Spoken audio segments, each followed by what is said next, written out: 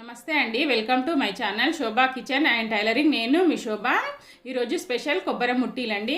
మనకు పచ్చి కొబ్బరి అప్పుడప్పుడు మనకు ఇంట్లో మిగిలిపోతూ ఉంటుంది కదండి, దేవుడి దగ్గర కొట్టినప్పుడు. ఎప్పుడు స్వీట్ కాకుండా ఇలా ట్రై చేసి చూడండి. కొబ్బరి ముట్టీలు టేస్ట్ చాలా బాగుంటాయి. అలాగే మా వీడియో నచ్చినట్టయితే తప్పకుండా ఒక లైక్ కొట్టండి. ఇక్కడ నేను చిన్న సైజు కొబ్బరికాయ ఒకటి తీసుకున్నానండి. 2 ముక్కలు తీసుకొని ఇలా చిన్న చిన్న ముక్కలుగా కట్ చేసి పెట్టుకున్నాను. ఇక్కడ 5-6 దాకా పచ్చిమిర్చి తీసుకున్నాను, చిన్న సైజువి.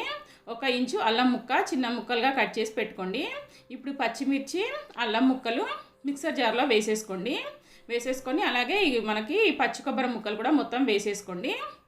ఒకవేళ మీరు పచ్చి కొబ్బరి ఎక్కువ తీసుకున్నట్టయితే ఒక పచ్చిమిర్చీలు ఒక 2 పెంచుకోండి.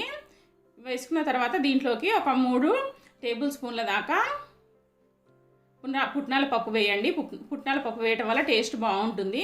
1 టీ స్పూన్ ఉప్పు వేసేసుకోండి. ఉప్పు కూడా మీ రుచికి సరిపడా కొంచెం తగ్గించి, చప్పగా తినే వాళ్ళైతే కొద్దిగా తగ్గించి ఇలా మెత్తగా మిక్సీ పట్టేసుకోండి. మెత్తగా మిక్సీ పట్టేసుకొని ఇది ఒక గిన్నెలోకి తీసేసుకుందాము. గిన్నెలోకి తీసుకున్న తర్వాత చూడండి, మనకు కొబ్బరి ముక్కలు ఎక్కడా లేకుండా ఇలా మెత్తగా మిక్సీ పట్టుకోవాలన్నమాట. మనకు కొబ్బరి ముక్కలు ఎక్కడా ఉండకూడదు. దీంట్లోకి 2 టేబుల్ స్పూన్ల మైదా పిండి వేయండి. అలాగే 2 టేబుల్ స్పూన్ల కార్న్ఫ్లోర్ వేయండి. కార్న్ఫ్లోర్ వేయటం వల్ల క్రిస్పీగా వస్తాయి అన్నమాట. మైదా పిండి వేయటం వల్ల మనకు విడిపోకుండా వస్తాయి. ఇప్పుడు ఈ పిండి వేసుకొని మొత్తం ఇలా ఒకసారి కలుపుకోవాలి. మనకు వాటర్ ఏం పట్టాయండి, మన పచ్చి కొబ్బరి తడిగానే ఉంటుంది కాబట్టి వాటర్ ఏం పట్టవు. ఇప్పుడు చేతితో బాగా కలిసేటట్టుగా కలిపేసుకోండి. ఇలా మొత్తం బాగా కలిసేటట్టుగా కలిపేసుకోండి. చూసారు కదా, మనకు కరెక్ట్గా సరిపోయిందనమాట. ఒకవేళ ఇంకా మీకు ఎక్కువ తడిగా ఉందనిపిస్తే ఇంకొక టేబుల్ స్పూన్ దాకా మైదాపిండి కానీ కార్న్ఫ్లోర్ కానీ వేసేసుకోండి. ఇలా చిన్న చిన్న బాల్స్ లాగా చేసుకొని మనకు చిన్నగా చేసుకోవాలనుకుంటే చేతి పైన అలాగే చేసుకోవచ్చు అండి. కొంచెం పెద్ద సైజులో చేసుకోవాలనుకుంటే మన దగ్గర ఏదైనా ప్లాస్టిక్ది కవర్ కానీ తీసుకొని కొద్దిగా ఆయిల్ రాసుకొని ఇలా కవర్ మీద చేసేసుకోవచ్చు అండి. చూసారు కదా, మనకి కొంచెం పెద్ద సైజులో అయితే ఇలా కవర్ పైన చేసుకోవచ్చు.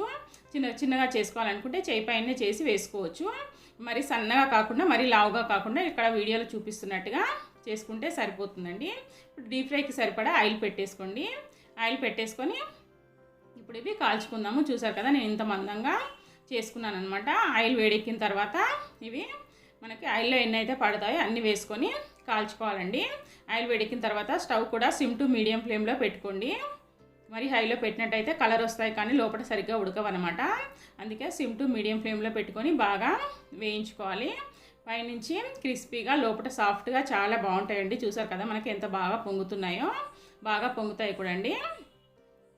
మనకి చూసారు కదా ఎంత బాగా వచ్చాయో. మనకి కొబ్బరి ముట్టీలు రెడీ అయిపోయాయండి. అన్నీ మిగతావి కూడా ఇలాగే చేసుకోండి.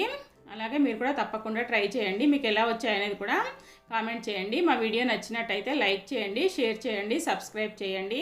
అలాగే కిందనే ఉన్న బెల్ బటన్ని నొక్కండి. మరొక వీడియోతో మళ్ళీ కలుస్తానండి. బాయ్.